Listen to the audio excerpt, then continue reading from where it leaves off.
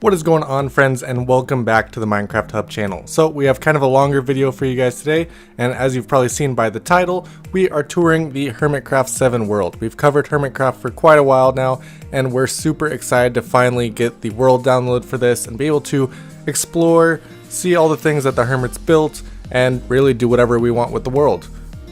So we're starting off in one of my favorite spots in the HermitCraft world, and that is the shopping district. We're over here on top of Pacific, looking over pretty much the entire shopping district. And just to clarify for today's video, we're not going to talk a lot about everyone's base. We're going to kind of just explore, see where all these bases are, and just have fun looking around the HermitCraft 7 world. If you guys enjoy this video, be sure to drop a like down below, and if you're new to the channel, definitely be sure to subscribe. We have a ton of Minecraft content coming out, and we're going to be doing a lot of things in the HermitCraft 7 world. So we're starting out in the shopping district today, and we're just going to go ahead and take a look at everything that we can find in the HermitCraft 7 world. I've explored a little bit at this point just to try to get a lay of the land, figure out where everybody's bases are in relation to the shopping district. I apologize if I miss anyone, but this is a large world and I toured for a long time, so it does make sense if I did miss a base or a shop here and there. So starting off, of course, we have the beautiful shopping district. You can see all the amazing builds around, and it's quite impressive actually being able to fly around this world yourself, because you never really get a grasp of how big it is in the videos, just because you can't see it for yourself. Of course, we have the barge, we have decked out, and you can now see Impulse's base over here. It's quite an impressive shopping district. You could also briefly see iJevin's base over there. This one is Impulse's, and if you've seen our short recently, we did recently just blow this base up. It actually looked incredible after being blown up. All the water that was included in Impulse's base stayed exactly where it was, and so the outline of the base was actually still there, which I thought was very impressive. So over here we have iJevin's base, and this is one of my favorite ocean bases that I've seen built recently. It's a very clean looking build with a lot of aquamarine blocks and actually endstone, which I thought was very interesting. Over in this area we have a beautiful little desert village that somebody's put a lot of work into, and then of course Corrales' mega base, which is this huge expansive city. It's complete with shipping containers and just absolutely everything that you would have in a port city. This is probably one of the most impressive builds on the entire server, simply for the fact that it is loaded with detail, and you can tell he put hundreds and hundreds of hours of work into this base.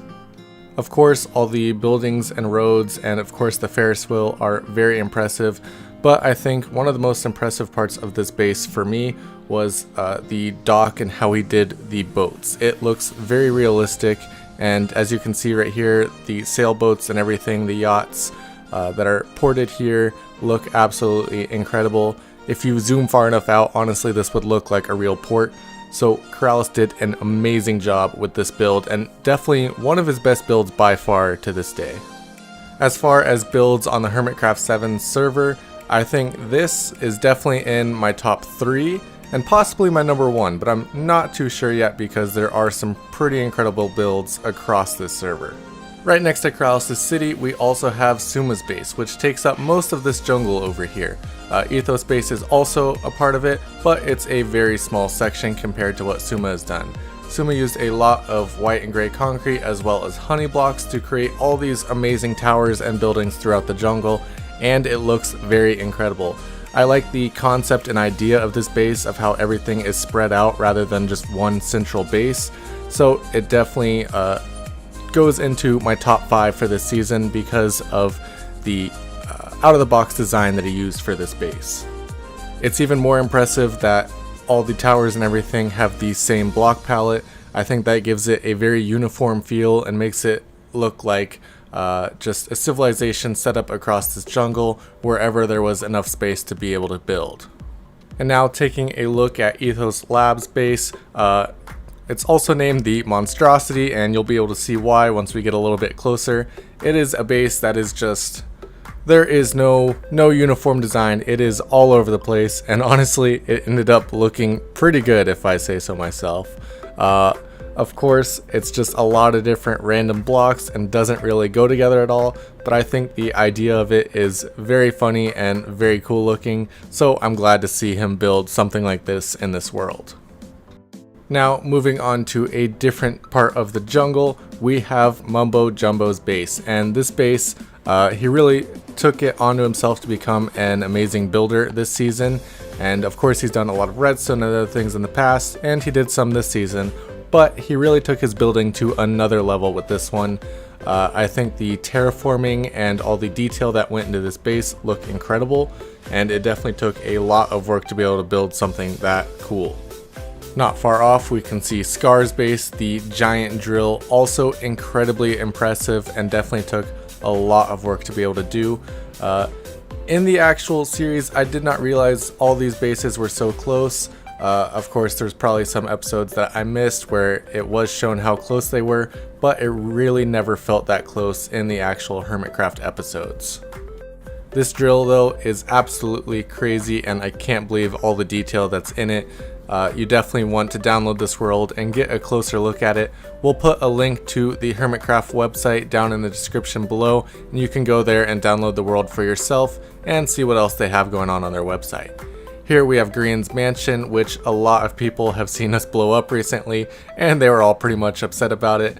We love HermitCraft, we love Grian, and we just wanted to have some fun with their bases. There is no harm, no foul here. It is just some fun we're having.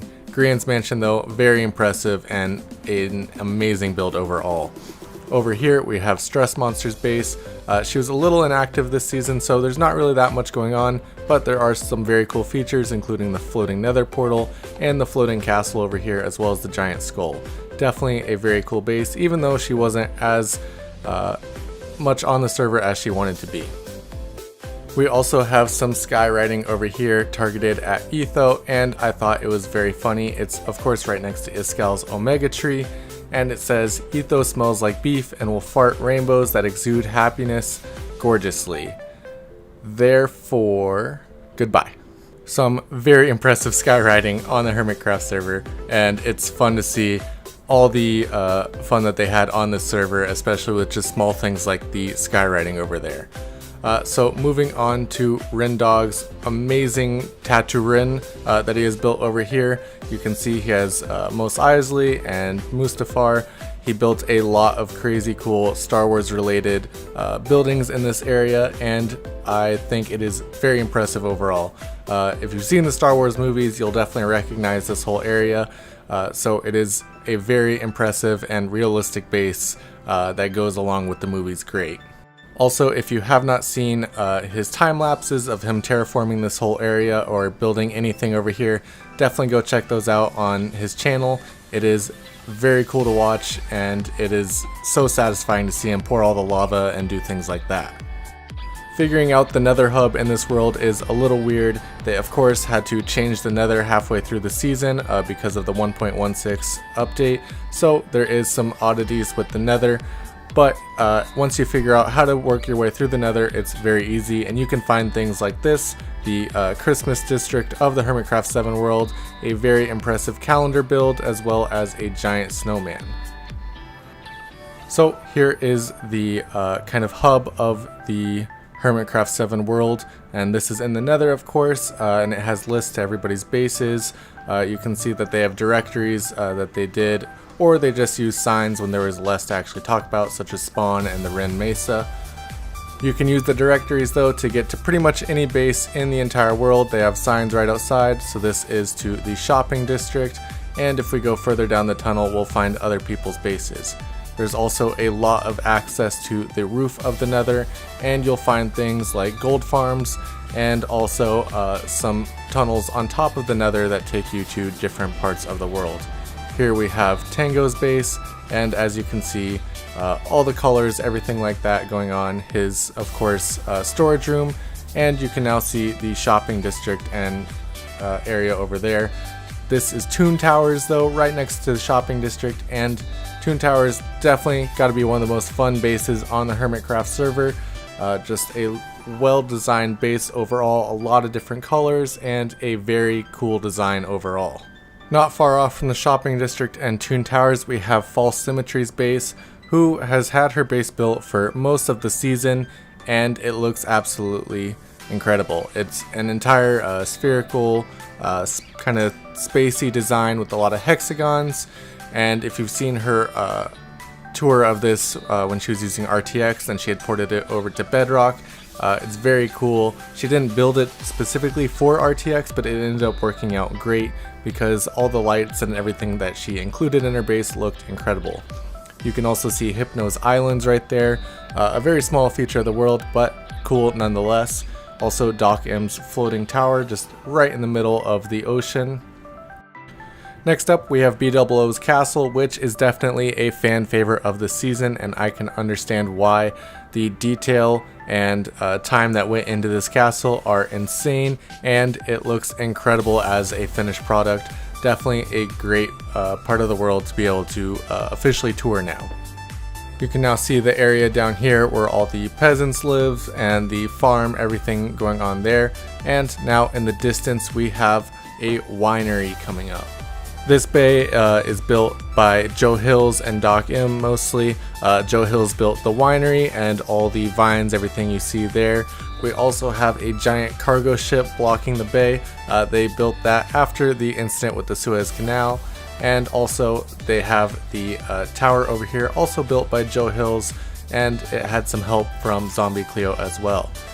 This is the half of the house that Doc M got from Season 6 during the auction with Grian and BOO. BOO got the other half of the house, and he initially built it here but moved it later on. We also have Goat Mountain, and there is a very impressive underground section of this entire bay, which, because of the water, you wouldn't even know is there, but once you go down this center island, the hole over here, you can see a very impressive build underground as well. One of the hidden parts of this world that you wouldn't really see if you weren't looking for it, and it is definitely a very cool build. I personally love building underground, so seeing all the detail, leaves, vines, everything that went into this build is very impressive to me and something that I'd like to do in my own survival world. Over heading back towards the shopping district, we have some of these purple roof buildings, and these are built by Will's Knight. Small builds, but a great addition to the world overall, so wouldn't be the same HermitCraft without them. Back in the nether, down this very long crying obsidian and lava tunnel, there are a few different things, including Hypno's base, which is very early on, and it has his boardwalk and small islands. And then here we have the sign district, which this is where they make all the maps and things like that by doing pixel art in Minecraft, which is very cool. The fact that they have a whole district for this, especially like with the Mumbo for mayor, the Joe Hills for dog catcher, all the signs that they had this season, they are in this district, and this area just looks very cool. The open ocean with all this built out here, very incredible, and definitely a whole different breed from any other Minecraft that you'll see. Going back through the nether, we can make our way over to Cubfan's base, which is very close by, and he of course built the incredible pyramid this season. This thing is absolutely massive. I of course watched him build this throughout the season, but still somehow didn't understand the absolute scale of this thing until I was able to tour it myself, and that made it all the more impressive. This thing is huge, and it includes a ton of mini games and just pretty much anything that Cubfan thought of, he put inside of this pyramid. It was great watching him throughout the season slowly upgrade from the smallest pyramid all the way up to this absolute monstrosity of a pyramid, because it is huge. You can see all the blocks that he put in here, a lot of honey, a lot of gold, of course sandstone, glowstone all around, and of course to top it all off, it has a very cool redstone door right at the end of it. This door, probably one of the funnest redstone doors on the server, just because of its design with the gold pyramid in the center, and then watching it all fall straight into the ground with the mixture of pistons, slime blocks, and honey blocks all in the center of it. The outside of the door has a completely different design than the inside, and of course it is Cubfan's face. We can watch it slowly come up into frame, and there we go, Cubfan's head right on the front of the door to his pyramid. We'll back out now and see this whole thing, and you can see the absolute size of this thing. It is huge, has a few beacons and tons of detail all on the inside of this base. Very impressive, and definitely in my top 5 of this season. Far, far away from Cubfan's base, we have another area which we have to show off, and that is the automated farms that make up the industrial districts built by Mumbo and Iskall. They competed with equal size industrial districts to just build as much as they could in these areas. Mumbo's, I think, was more impressive due to the sheer fact of everything that he put into this area. It includes an entire auto sorting system, as well as a quad mob farm at the top, sugarcane, cactus, absolutely everything. The cobble generator also is very fast, and he includes kelp farms, just absolutely everything that you could have in an auto farm district. Of course, the best part of this was the automated sorting system that he included, and he allowed hermits to come with day passes and be able to collect whatever items they wanted from the industrial district. Over here we can see Iskall's version of his industrial district, and I really do like the design of this whole district. You can see the creeper head and the giant zombie villager. Definitely great farms and great designs in here, but I prefer Mumbo's overall just because of the way he filled the industrial district with farms. The last part of the world that we're going to tour today is Zombie Cleo's Zoo, and this includes a lot of very fun builds. This is definitely one of the most fun builds on the entire server just because of how it includes other hermits, their heads, and all the attractions that you can find within the zoo. There are, of course, a lot of designs with armor stands in this area, and that's what makes up most of the build. You can see a lot of small little Cubfans running around right here. And then we have the little areas where she included small things like small guardian heads.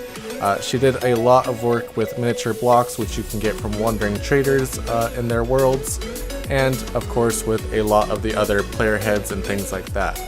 This section in here is very impressive with how she used a combination of armor stands, miniature blocks. Everything in this area is very cool.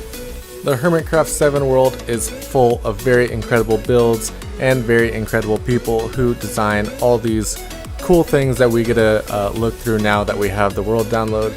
Their videos, of course, and interactions were always awesome, but now we have just their builds to look at, and that is always incredible. I'm very excited to see Season 8, and I know a lot of the hermits are already planning on what they're going to do in Season 8, so it should be very interesting. HermitCraft continues to get better and better, so I'm excited to see what the future holds for their servers. Thank you guys so much for watching today's video. If you enjoyed it, be sure to drop a like down below, and if you're new to the channel, be sure to hit that subscribe button. We have a ton of new Minecraft content, and we're going to be doing some more work with the HermitCraft 7 world in the future. We will likely be doing a video that includes all the HermitCraft 7 bases and their coordinates, so if you download the world and you're not sure about where to go, don't worry, we're going to post a video soon detailing all of that. Thank you guys so much for watching, and I'll see you next time.